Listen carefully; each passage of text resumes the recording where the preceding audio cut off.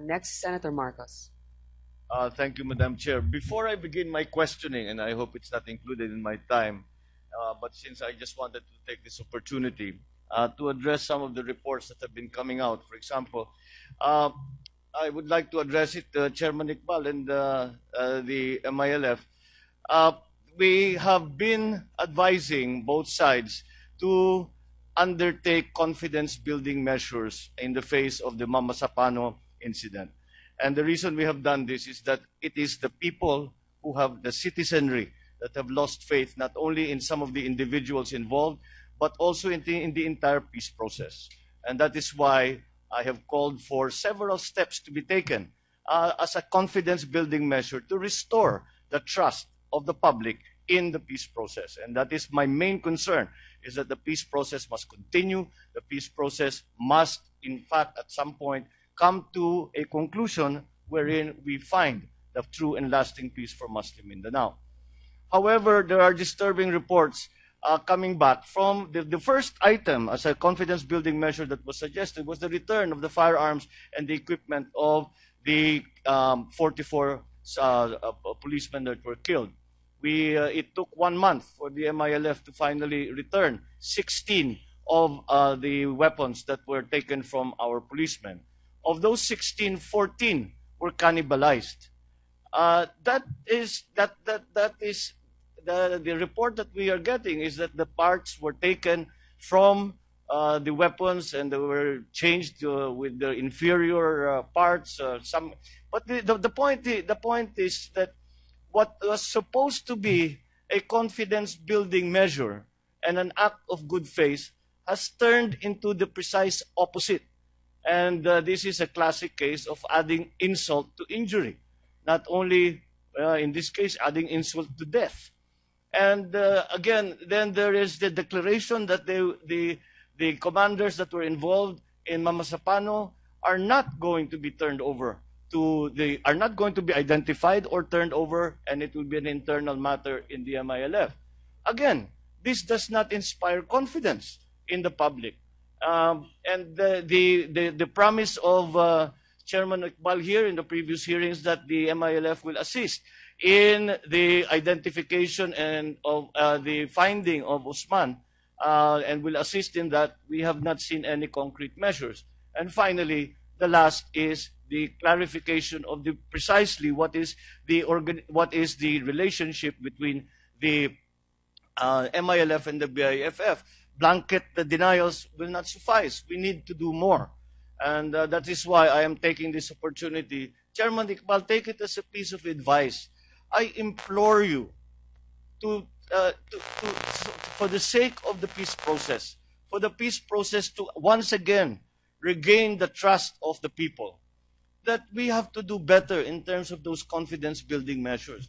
You must communicate to the leadership of the MILF that people are waiting for these trust building measures, these confidence building measures. And when they are partial, they are delayed, and that they do not seem to be done in good faith, that is where we will have a problem. And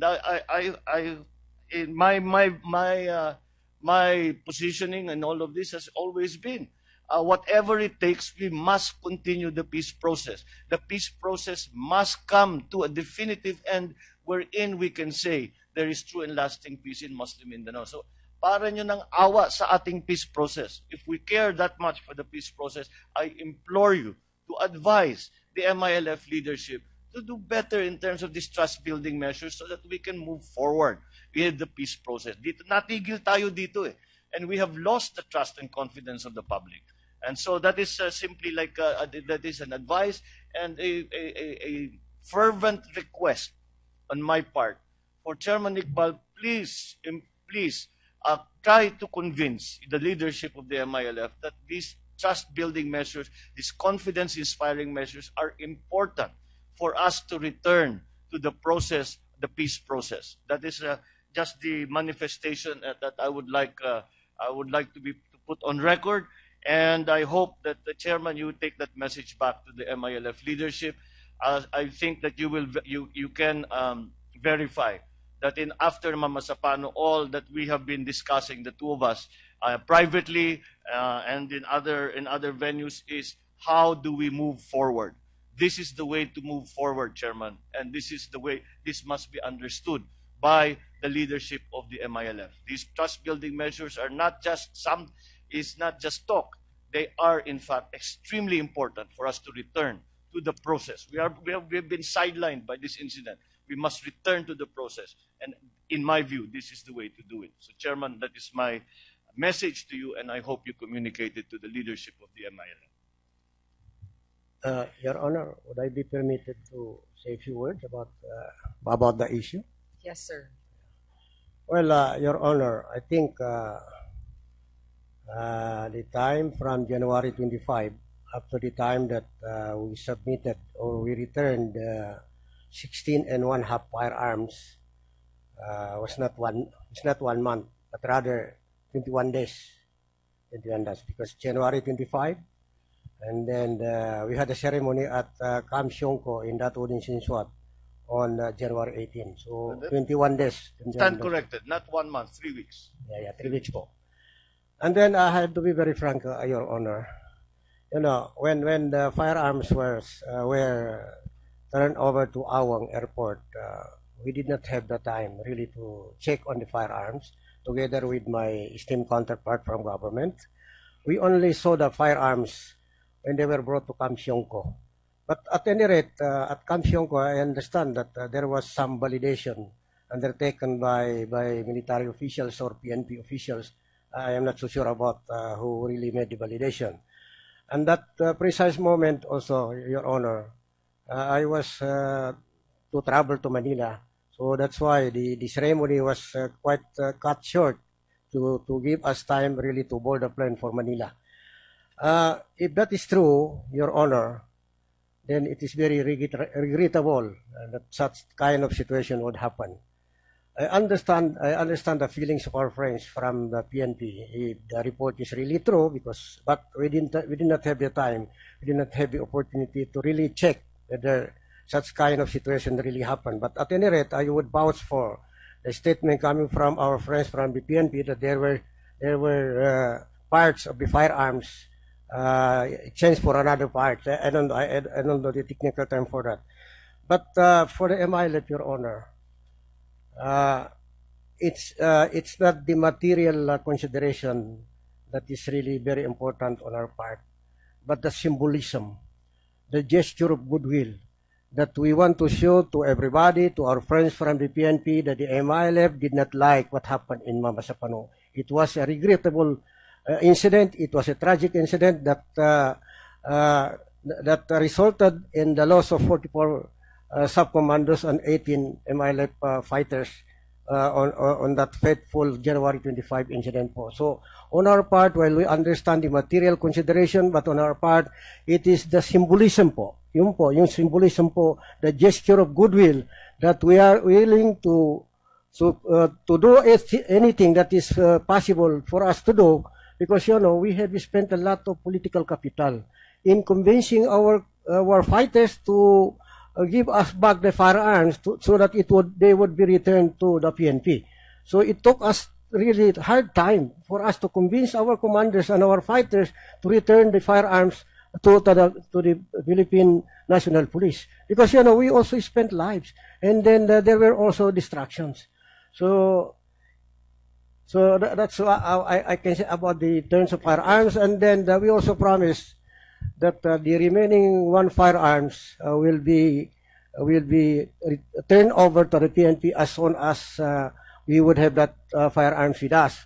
And then we still continue, because there is still a probability that firearms are still in the hands of our fighters, and then the personal effects will still, if there is a way, and if there are still remaining firearms and personal effects, then we will also return that personal effects. Chairman, I agree with you that it is a symbolic gesture.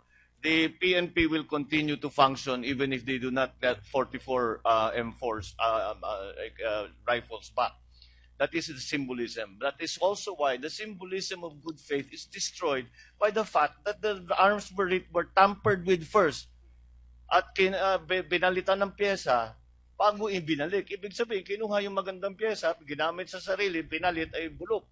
And that is ngayon, that ruins the entire symbolic gesture of good faith. Yun ang aking sinasabi. Sayang naman, we had that good opportunity to regain some trust. But anyway, nandyan na yan, and this is why I just bring it up so that we all understand that we are all pushing for the same thing, the continuation of the peace process. The BBL has been suspended. The peace process in that case is suspended. We need to return to that, and the only way to do that is to regain the trust of the people. And we have lost that trust. Those of us who are working for the peace process have lost that trust. We need to regain it. Payo ko lang, advice is perhaps we should do better on both sides. We have been investigating the AFP and the PNP. Now maybe the MILF, the gestures of goodwill need to be more forthright, clearer, because this kind of mixed response is not exactly helpful. Yun lang aking sinasabi, Chairman. At again, this is alang-alang ito na makabalik na tayo sa proseso ng kapayapaan para naman yung ating mga kapatid sa Muslim Mindanao ay hindi na nasasabak sa gera. Can I continue, Your Honor? Yes, Chairman. Yes. Well, I'm not saying here that what the PNP SAF has reported, that there were some reports, there were instances of cannibalizing the firearms. I'm not saying that that is not correct or that is not accurate. But for the sake of really finding the truth, that's, I am still pushing for an independent investigation so that all these things can be investigated, and then the truth will really come out. I'm referring to the firearms that are that are reported to have been cannibalized. So if there is a possibility, because it puts the MILF in a bad light, although I'm not saying that the report is not true, but for the sake of authenticity, then there has to be an independent investigation to investigation so that what really happened would be known by everybody. On the issue, Your Honor, about the surrender of MILF combatants, this issue is multidimensional issue. It is a multi-layer issue. It is a very complex issue. To the government, it can be viewed as a legal dimension. It has legal dimension, and I would understand that. But for the MILF, and perhaps our counterpart from government, meaning the government, it has a political dimension, because we are engaged in a peace process with the government of the Philippines. And then in our engagement with the government of the Philippines in the peace process, there are agreements and documents signed. So that as far as the MILF, we would look at these documents, because these documents are binding on both parties. So in effect, what I'm saying here is that there are mechanisms, there are agreements that would really address such kind of violations by both sides, if there are. I'm referring to the ceasefire agreement between the government and the MILF. I'm referring to the terms of reference of the ad hoc joint action group.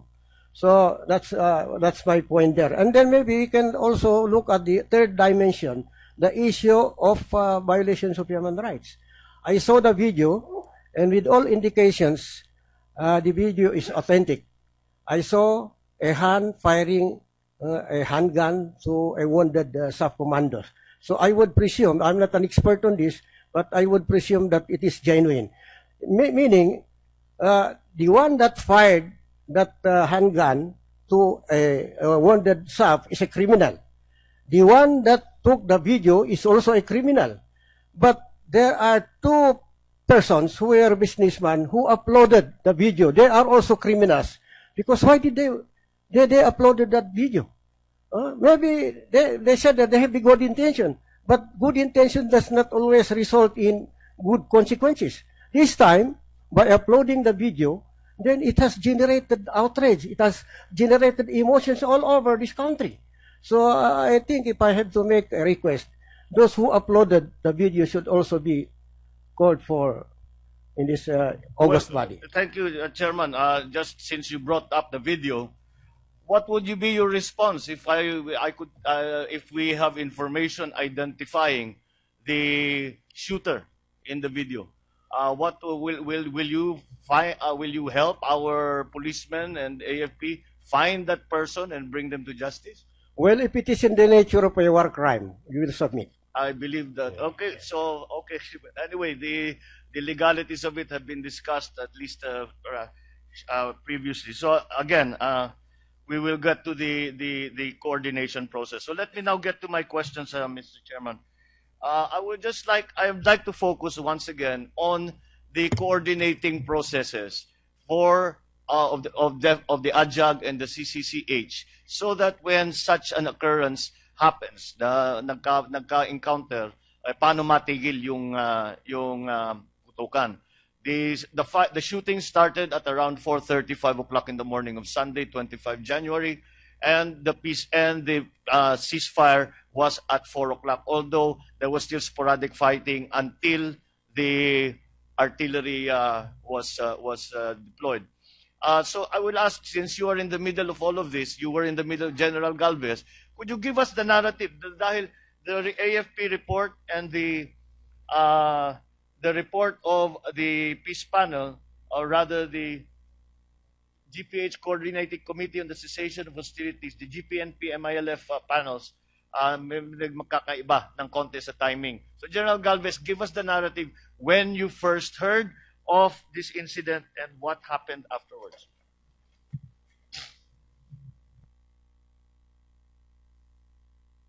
Mr. Chairman, Your Honors, this is the significant incident that happened pertaining to our mechanisms. First, I was able to receive the information pertaining the firefight at 6:38. I was then in Iligan City, sir, taking care of the independent decommissioning board. I'm with with all my whole staff in the CCCH government panel. Then afterwards, we organized when we verified that there is really fighting. After 30 hours, 30 minutes of verification to the field units, we immediately organized the Joint Ceasefire Crisis Team, which is involving the IMT, the Joint Ceasefire Secretariat, headed by Mr. Rashid Lidjasan, the chairman of the MILF CCH, also with the Joint Ceasefire Monitoring Team. So by 7:30, they were all already organized. And then at 9 o'clock, the Joint Ceasefire Crisis Team, composed of this representative, immediately assembles at Cotabato City because the headquarters of the IMT is in Cotabato. Then they proceed to Barangay Kuloy, Saripagwak, to meet with the two base commanders of the 105th and the 118.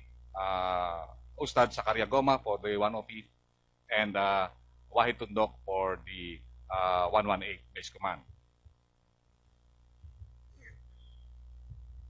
Then at 11:30, our team, crisis team, were able to meet the DIAP commanders. And then at 1:15, the different groups that have been organized, one group will take care of the opposing forces, while the other group will be taking care of the government forces. So at 1:15, they were able to go to the tactical command post of the government forces. Then at also at that time, I was able to report with General Pangilinan to really assess the situation. Like General Pangilinan, the information came to us in trickles, so we did not know the real picture. So during the time, I conferred with the AJAG and the division commander, and we assessed the situation. And then at around 3 p.m., we proceeded to the tactical command post at Saripagwak. And during the time that we are traveling, I received a report from Major Sol that we have 26 killed already verified by the Joint Ceasefire Monitoring Team. And I texted, I remember I texted uh, the West Mincom commander at around 3:30 p.m. Then at 4 p.m., we affect the total ceasefire, despite that there are also some sporadic firing on the areas of the 84th SAF. That's the time that we knew that there are other groups that had been encountered by the VIFF and other groups. And then also on the 5:20, the crisis team goes back to the engagement site with two tractors, hand tractors, and an ambulance to start the retrieval operation. And about the same time, Major Sol received a phone call from me. I called Colonel Sol that there is another group that have been being fired upon by unknown protagonist. And then I called up Rashid Lijasan that there are still firing on the other side of the river. And he said to us that the MILF already withdrew from Tucanalnipaw and they already repositioned away from the encounter site. And he said that, sir, pwede nyo na engage na kasi hindi na sa amin yan. So that's the time that I already told the 6th Division Commander that sir, the MILF will completely withdrew from the area. Thank you, General Galvez. General Orense, since you are the GPH adjunct, could you give your own narrative as to the events surrounding the Mamasapano incident? Yes, sir. Actually, sa what I have stated before, I was awakened by a call from an unknown source, but I answered it. And it was Police Director Napenya, sir. And he informed me that they were going to operate. They were going to operate, and he asked me if I could coordinate with my counterpart in the AJAG, Attorney Dataya. And I told him, sir, bakit naman ura-urada? He told me that medyo confidential kasi yung mission. So sabi ko sa kanya, I will do my best effort. He informed me also that it is in coordination or with the Maguindanao PPO. So the first thing I did was I called up Colonel Hoxon, the Maguindanao Police Director, and asked him if he knew about the operation. And he informed me that he did not know about it. Then I called up Colonel Feliciano, the commander of the 601 Brigade, and I asked him if he knew about the operation. And he told me that he did not know about it. Anyway, since I believe that my commander was still sleeping at that time, resting still at that time, I took the casual initiative to inform or to direct Colonel Feliciano to give assistance and support to to Police Director Napeñas at that time. So that's what I did. And he said he would do the support operation for Police Director Napeñas. Later on, it was Police Director Napeñas who called up and informed me also that at about 5 minutes after our first conversation, he told me that they were already withdrawing from the area. So what came to my mind was that there would no longer be a cause for an alarm. So I again called up Colonel Feliciano. I told him to provide assistance to General Napeñas. Before that, sir, I called up the Attorney Dataya, but again, I was not able to reach him. Then I called up Colonel Feliciano, and I told him to provide assistance to the withdrawing SAP element. In fact, I remember I told him, bahala ka na, because I know for a while that he knew his area of operation more than me. So that was my call to Colonel Feliciano. And after that, at around past 6, I think, I called up again Attorney Dataya, and the phone just kept on ringing. And about 7:31, Attorney Dataya called up, and we had a conversation. The reason why he was not able to reply, he told me that the reason why he was not able to reply to my call. But he asked me what happened, and I told him, yeah, what happened to the area in Mamasapano, and I just asked him what we could do about it. I actually, sir, before that, I remember Colonel Galvez called me and informed me that something was actually happening in Mamasapano. That was only at the time that I was able to get a full grasp of what's happening in Mamasapano. And incidentally, Attorney Dataya called me, and that's the time that I asked him what we can do about it, and he said he would call Camp Darapanan and and inform his principals about it.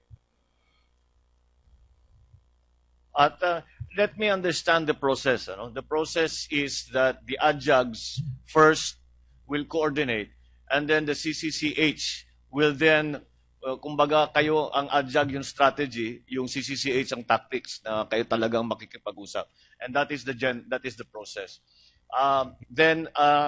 So where the two narratives agree is that at 11:45, the Joint Ceasefire Crisis Team met with the commander of 105th MILF. Is that correct? Were you present at that meeting, General Galvez? Sir, I'm still traveling from, I'm already on Cotabato City from Iligan, sir. I think 11:30, sir. Yes, sir. They already arrived at Tuloy.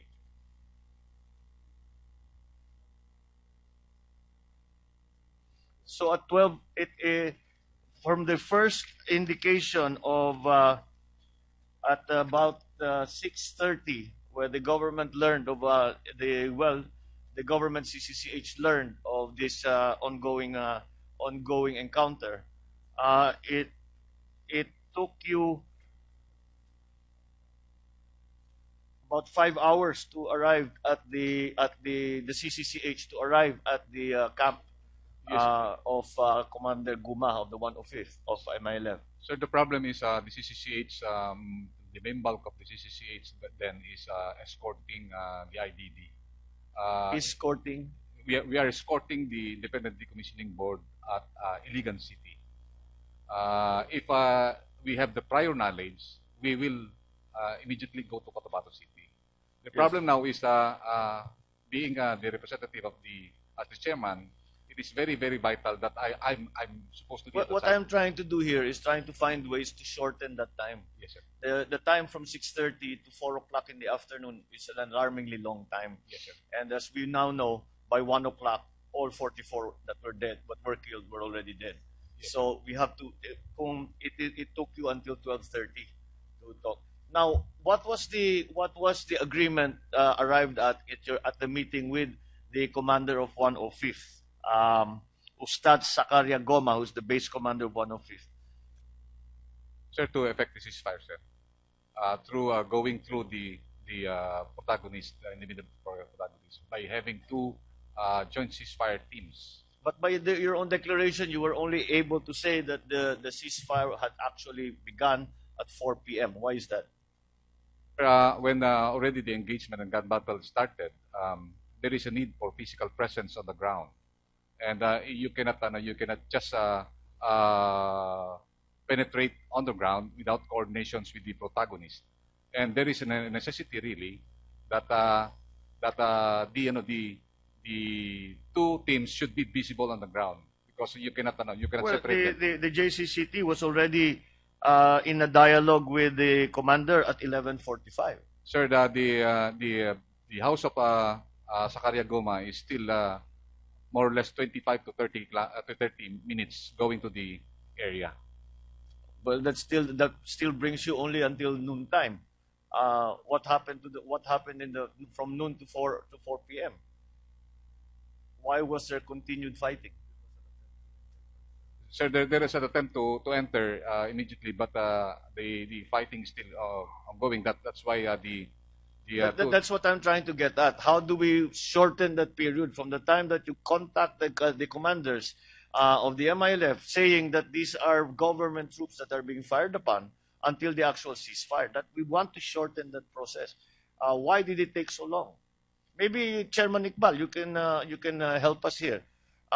Since the commander of the 105th, the commander Goma, had already been informed by, let us say, 11:30, that the troops in front of them were government troops. Why did the fighting not stop? On my side, Your Honor, we have an internal arrangement that although I am the chair of the MILF panel, and directly the CCCH will report to me, but on operational matters, our arrangement is that the head of the CCCH would report directly to the highest military commander of the MILF. So that, in effect, what happened was that it was only around 11 o'clock that I was informed about the fighting in Mamasapano. Yes, and we had a meeting during that time. Understood. But that is exactly what happened. They went to the highest MILF commander at 11:30. To include travel time, by 12 o'clock, he should have been able to tell his men to cease fire. Why No, did it Your take Honor, longer? it's about my information about the encounter, not the information of the CCCH to our highest military commander. That has been ongoing already. No. The question, Chairman, is why did it take so long for the MILF side to stop shooting at our policemen from 11:30 until 4 o'clock? That's a very long time. It's 4.5 hours. I think the CCCH of government and the MILF are in a better position to explain that. But it was an encounter, and the volume of firing is so large and so great that practically people cannot penetrate the battle zone. But you see from the text messages that the PNP SAF was already beginning to withdraw. We have learned that at 1 o'clock, some of the reinforcements that the army sent were also being told to withdraw. How come we do not have the corresponding orders from the MILF side to withdraw? I have no personal knowledge about that, Your Honor. Okay, well, that is one of the things that we really have to look that I am looking at, so that we can improve the system in the BBL. Maybe Professor Ferrer or Sec Gindeles, maybe you can help us with this. How do we make it better? Sir, there's no substitute for coordination on this matter. But they had coordinated. They started coordinating at 6. Never mind the They coordination. had to meet beforehand. and discuss the strategy, and they did that at 11 o'clock at the house of Zakaria Goma, 105th Commander, together with the commander of the 118, which was who is Wahid Tundok. They had to agree on a strategy. They met in a different municipality, which is not Mamasapano. It was in a different municipality, and then they went back to undertake their own respective Aren't those, assignments. you say they have to agree on a strategy. Aren't those set in place already? Those we've been referring to them as mechanisms. Yes, sir. Yes, sir, Your Honor. But they had to agree as who will do what. For instance, who will go to the MILF side to tell them at the same time that the message is being transmitted to the SAF side. Because it cannot happen that one would stop fighting and the other will still continue fighting, and everybody will think that there's no ceasefire again. Therefore, it had to be coordinated well on both sides.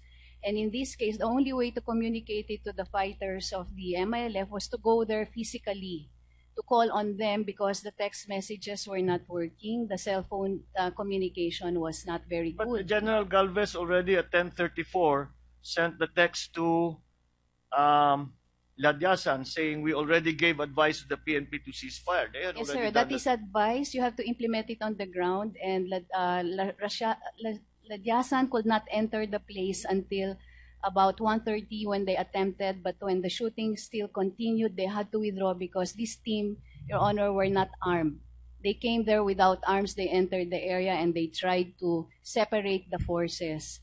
So we have not established some kind of communication, a hotline even, that we can always communicate with the commanders that there is this crisis that has to be resolved. If there was a clear line of command at that time, sir, then maybe the communication would have been established on both sides. But at that time, the lines of command were not very clear on the side of the MILF, because this was not a planned operation on their part. This was spontaneous action on the part of the people there who were confronted with that kind of situation. There was no communication between their commander and the people on the ground, which meant that the commander had to actually go there to tell them to stop firing. The commander did not have coordination with the people who were actually doing the fighting.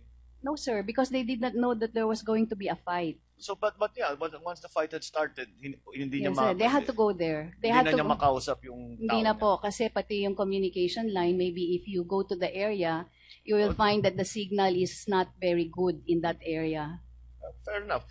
Maybe those are the things that we can improve on. General Galvez, in the form of a critique, how would you suggest that we shorten the time from the time that this crisis begins until a ceasefire is declared? Paano natin pagandahin at maging wag naman na 11 hours, kahit naman isang oras man lang, minutes rather than hours sana?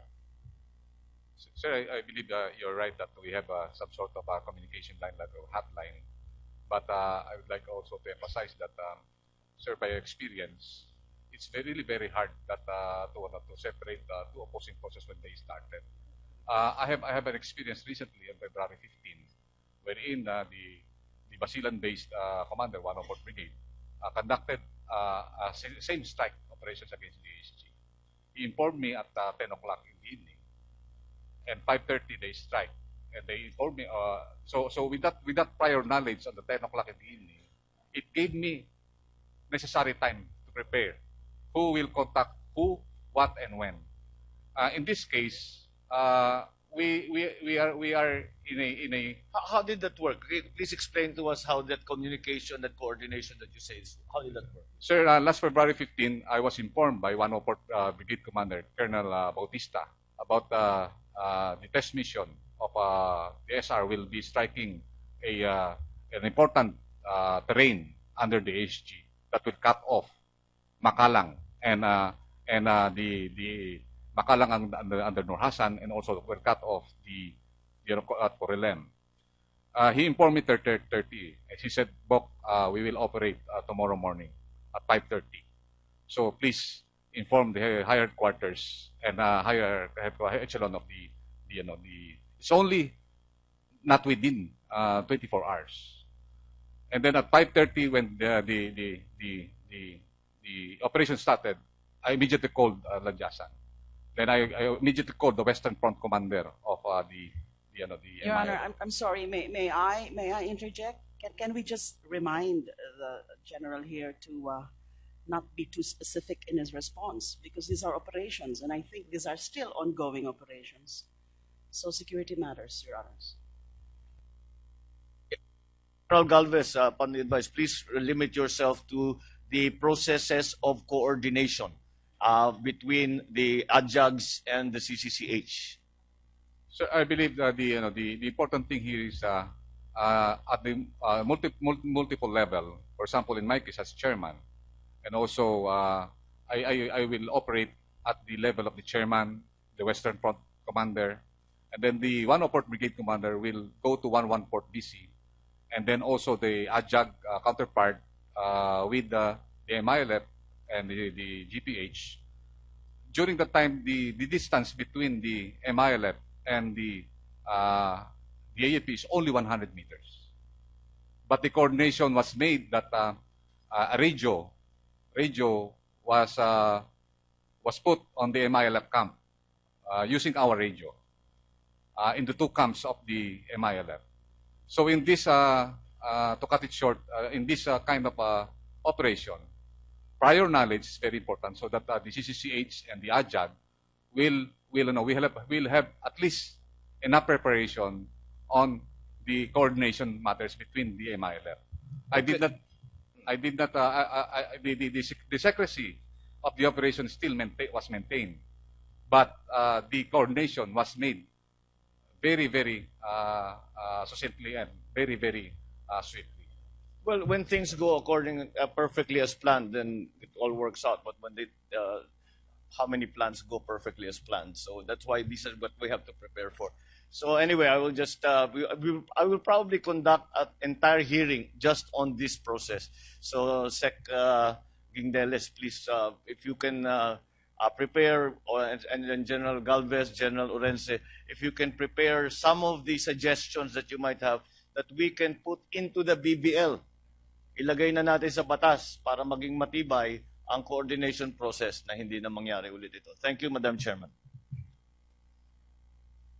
Thank you, Senator Marcos. Our Madam Chair, excuse me, Madam Chair, yes, Secretary De Lima. just to be of help on that point, on the processes, I just need to share this. May I call the attention of the committee about revised joint AFP-PNP operational guidelines for the ADJAG. This was promulgated, or this is dated July 23, 2013, because of the line of questioning of Senator Marcos. There's a specific provision about, and this goes, during law enforcement operations, AFP-PNP shall establish direct linkage with GPH forces in the area. In case armed confrontation is about to happen or is happening between the AFP-PNP and MILF forces as a result of law enforcement operations coordinated by the ADJAG, the GPH ADJAG shall simultaneously inform GPH ADJAG Corps and CCH components to resolve the situation. If conflict escalates, ADJAG shall refer the matter to higher authorities. But we do not know exactly what higher authorities are being referred to in this particular provision. Indeed, I was also going over this issuance or issuances, because there have been several operational guidelines already on the matter. It seems that there are several provisions which are rather ambiguous and susceptible to varying interpretations. The coordination, the 24-hour rule, and then this one. Who exactly are the higher authorities that need to be consulted when the conflict or the fighting escalates? So for the guidance, Your Honor, of this committee. Madam Chair, if I may just respond, I would be my committee that is actually hearing the Bangsamoro Basic Law would find it very useful for any observations that the Secretary De Lima would like to give us, so that we can incorporate it into our discussions and then find ways to, as I said, strengthen and make more robust this entire system, so we no longer have this kind of crisis. Thank you, Madam Chairman and Madam Secretary. Thank you, Senator Marcos.